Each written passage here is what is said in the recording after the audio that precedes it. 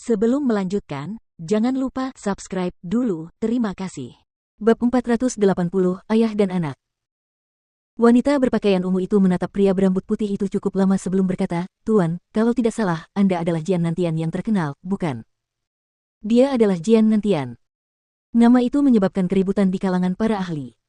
Ini di luar ekspektasiku.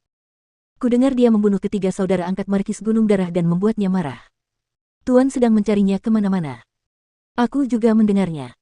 Terlebih lagi, Tuan juga mengatakan bahwa siapapun yang membawa kepala Jian Nantian kepadanya akan diberikan senjata Dao.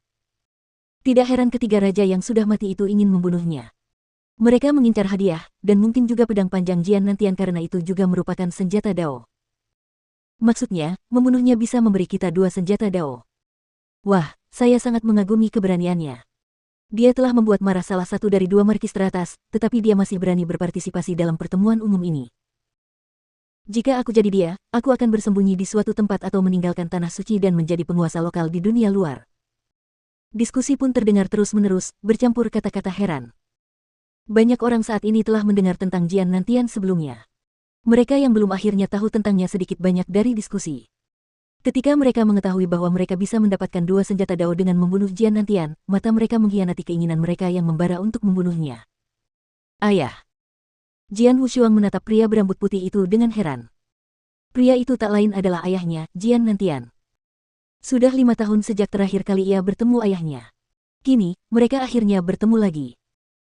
Akan tetapi, Jian Nantian tetap minum dalam diam dan tampak tidak peduli dengan diskusi semua orang yang membicarakannya. Wanita berpakaian ungu itu tidak merasa terganggu dengan sikap dingin pria itu dan berkata sambil tersenyum, "Karena kamu terpaksa melakukan itu, maka aku harus melupakannya." Dia melihat sekeliling dan melanjutkan, "Hadirin sekalian, karena kalian semua diundang ke sini sebagai tamu tuanku, jadilah tamu yang baik. Siapapun yang membuat masalah selama pertemuan prinsip pedang akan menjadi musuh tuanku." Kata-kata itu bergema di seluruh lembah dan mengintimidasi para ahli, memaksa mereka untuk tenang.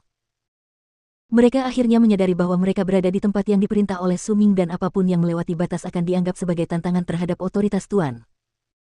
Meski begitu, tidak semua orang bisa mengabaikan godaan dua senjata Dao.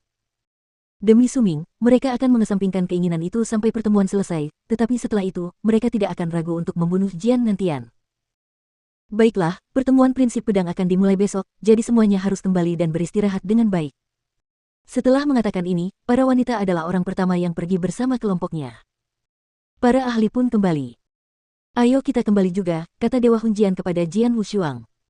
"Maaf, kamu pergi dulu. Aku punya sesuatu untuk dilakukan di sini," jawab Jian Wushuang. Penguasa Hunjian menatap Jian Wushuang dengan pandangan terkejut, namun dia tidak mengatakan apa-apa lagi dan pergi bersama penguasa Tianming. Tak lama kemudian, lembah itu kembali tenang. Bulan yang terang benderang tinggi di langit, menyebabkan tanah sedikit diterangi oleh cahaya bulan. Di bawah sinar rembulan, Jian Nantian duduk sendirian di atap, minum. Bayangannya panjang dan rambutnya berkibar tertiup angin, membuatnya tampak seperti orang yang sangat halus. Suatu sosok mendekatinya dari belakang. Jian Nantian menoleh ke belakang dan melihat Jian Wushuang. Pria tanpa ekspresi itu akhirnya tersenyum. "Ayah," panggil Jian Wushuang dengan suara lembut. "Kemarilah, silakan duduk." Jian Nantian melemparkan anggur ke Jian Wushuang dan menambahkan, "Minumlah bersamaku." Jian Wushuang menangkap anggur dan duduk di samping ayahnya. "Kamu telah berkembang pesat selama beberapa tahun terakhir." Jian Nantian menatap Jian Wushuang sambil menyeringai. "Tidak sebanyak yang ayah miliki," kata Jian Wushuang sambil tersenyum. Dia tahu betul bahwa meskipun dia telah membuat kemajuan besar dan dianggap sebagai ahli di Tanah Suci, dia masih belum bisa menyamai ayahnya. Setidaknya, dia tidak bisa menampilkan serangan yang semenarik yang baru saja diperlihatkan ayahnya.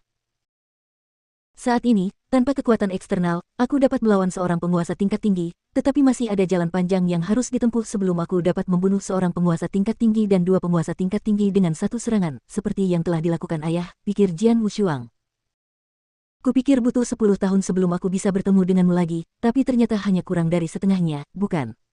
kata Jian Nantian. "Ya, ayah." Jian Wushuang menjawab sambil tersenyum. "Istana Kaisar Suci telah hancur, kan?" tanya ayahnya. "Ya, itu dihancurkan 3 tahun lalu," jawab Jian Wushuang. "Benarkah?" Jian Nantian mengangkat alisnya, "Itu berarti kamu hanya butuh 2 tahun untuk menghancurkannya setelah aku pergi." "Bagus sekali, nak. Jauh lebih cepat dari yang aku duga." "Tidak buruk." Jian Wushuang menyeringai. Ayah dan anak itu mengobrol sambil minum di bawah sinar rembulan. Ketika berada di depan orang asing, Jian Wushuang selalu bersikap acuh tak acuh dan hanya akan lebih mudah bergaul dengan teman-temannya. Namun, saat ini, dengan ayahnya, dia bersikap tidak terkendali dan bertingkah seperti anak kecil. Adapun ayahnya, Jian Nantian, yang tidak mementingkan apapun kecuali pedangnya, ia menganggap Jian Wushuang lebih penting daripada dirinya dan pedangnya. Ayah, mengapa mereka mengatakan bahwa Anda menyinggung Markis Suefeng? Jian Wushuang tiba-tiba mengubah topik pembicaraan. Markis Suefeng. Jian Nantian menjawab sambil tersenyum, tidak perlu takut padanya. Kita harus lebih memperhatikan Suming. Suming. Jian Wushuang tampak muram. Apakah dia benar-benar orang yang mengkhianati leluhur pedang?